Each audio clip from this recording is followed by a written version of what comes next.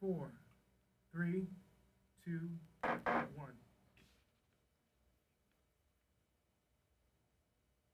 That's so cute. Hey, I'm T. Renee Mathis back with Genesis Productions, and I have a new guest today. Introduce yourself. Well, hello, everybody. My name is Joseph Smith.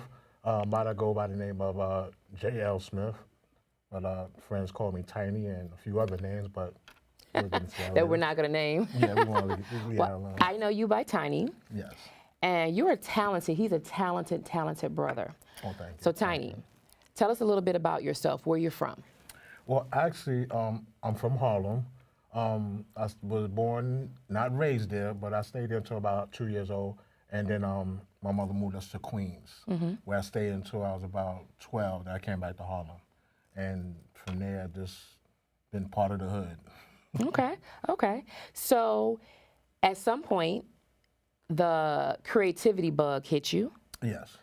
And so you are definitely a writer, actor, On the low. on the low. Yes. So tell us a little bit about what you do creatively. Well, the creativity part, it came, it was actually an accident. I had an incident that happened in the barbershop where I've been a barber for over 20-something years. And I got into it like with a good friend of mine. Well, I thought he was a friend of mine. And we stopped speaking. So, I'm sitting down in the shop and I'm looking and I'm just watching him and I'm like, wow, all these years of us being cool, doing this, that, and the third, and now over one young lady, we fell out. We don't speak no more. So I was like, you know what? So I want to write about this. Like, I want to put this on film. I want to try this.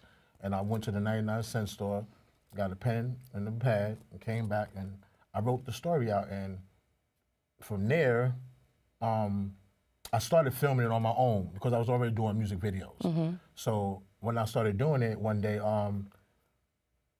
Lawrence came in, Lawrence Ford, and he came and got a haircut. He was just a customer. In the barbershop. Yeah. And he just, being observant, and he saw the little pamphlet there with the little fake play, the little setup and everything, the script. And he was like, he said, hey, you mind if I take a look at that? And I'm like, knock yourself out. I got a bunch of those. Like, you want to act or something? I don't know, but go on and take it. So he was like, all right. What was the name of it?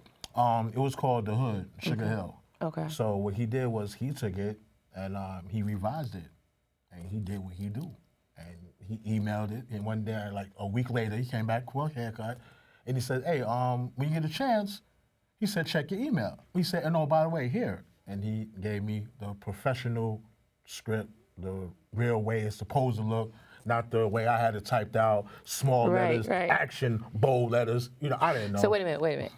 When you first got that, did you say, as we say, who is this? Who is this person? No, I was just surprised that he took the time to retype it because I was like, I didn't even type it. I paid somebody else to do it. So I'm like, for him to do that, I was like, wow. So I was like, okay, well, what made you do this? Whatever. Then he says, oh yeah. He says, I never told you what I do for a living. I said, no, you didn't. I said, I just know you from somebody else, So he sat down, he broke it down to me. So I said, oh really? Then I said, well, this is what I've been doing. And then I went and actually showed him the part that I had filmed already. And that started us with our relationship. Okay. He helped me out. Everything was going, the ball was rolling, and unfortunately I got into some trouble. And I just disappeared on him, rather. I went away. So when I got back, first thing I did was I reached out, trying to find him. I got in contact with him. I was like, hey, man. He was like, yo, where you been? I was looking for you. Like, what happened to you?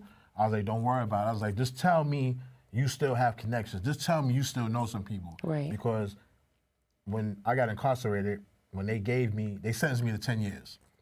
When they locked that door behind me, I said, when I get out of here, I'm going to have something for the whole world.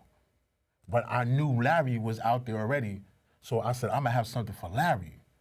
So the first thing I did was order some pens, some notebooks. And got busy and got to work. I started writing. And like I said, we got back like we never was apart. And he just walked me through a few things or whatever. And I'm here.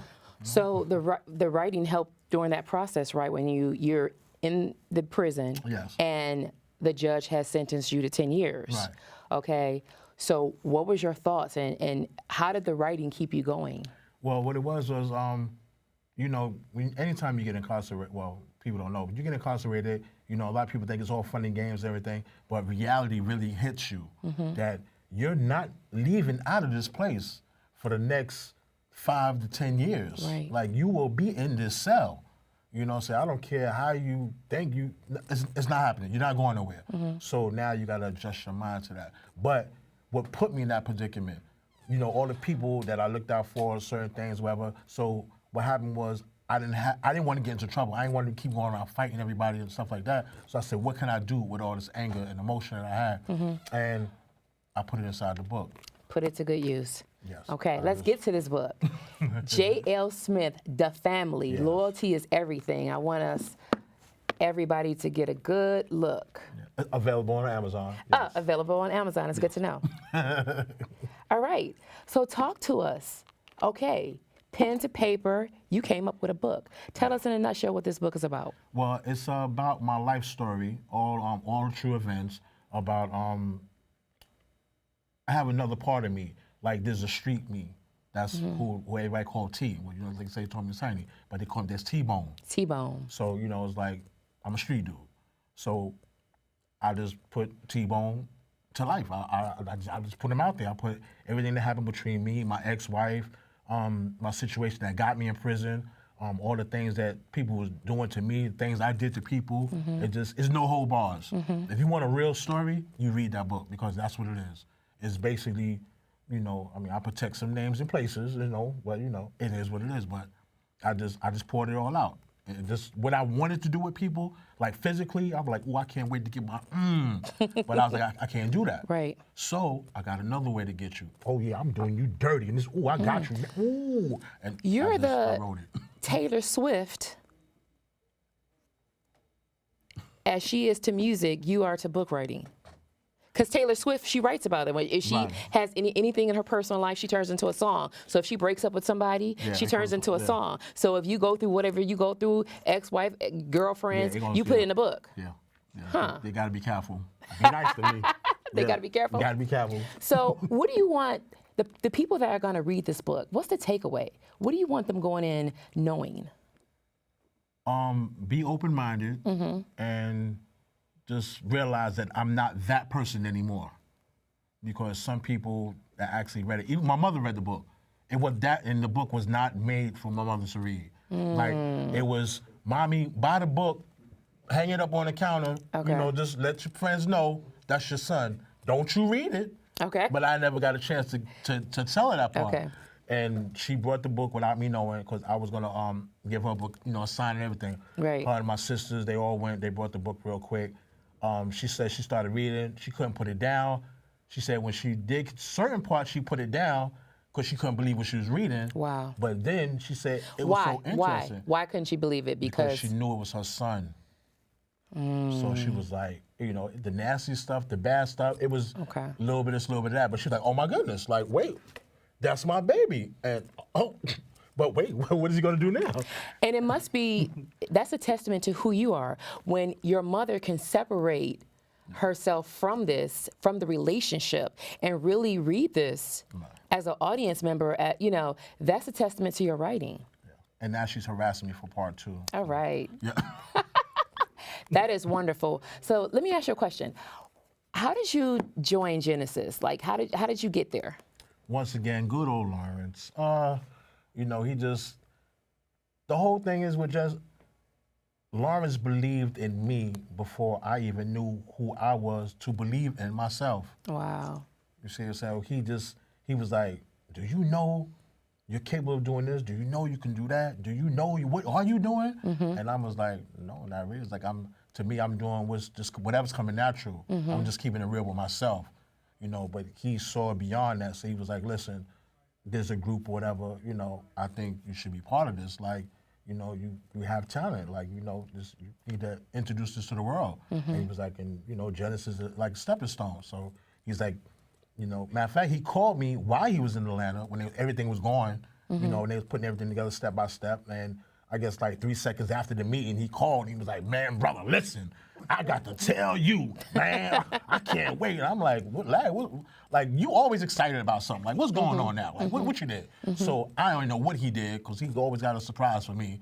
So I was like, okay, whatever you say, you know, I roll with you because he brought me. This is his world to me.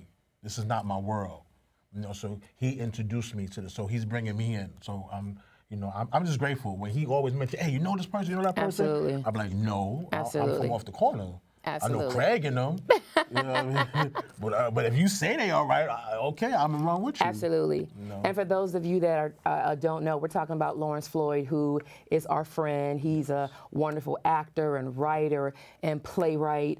He wears many hats, and he brought us all together. So we're absolutely excited. Yeah. What do you hope, lastly, with what you're working on? What's your grandest vision in terms of your work with Genesis and just creatively? What's your grandest vision? Well, my grandest vision is it's actually this book. Mm-hmm. This is what, once again, as Lawrence he told me, like, this is what we consider. This is my Bible. To those that don't know, and this is what's going to change my whole life. Wow. You see, like I said, the book, when they get into the right people's hands, and you know, I wrote it was supposed to be a movie first. Okay. Like that was my intentions. I'm gonna write a little movie script about, and then boom, I'm gonna come home, I'm gonna film it, boom, that's gonna be it. But being incarcerated, you know, every time you write something on a piece of paper and you doing it for a few hours, everybody's nosy. "Hey man, what you writing? What you doing over there? Let me see that. Let me read that." So you know, after I finished writing the movie script, I let somebody read it. And they was like, "Man, that should be a book."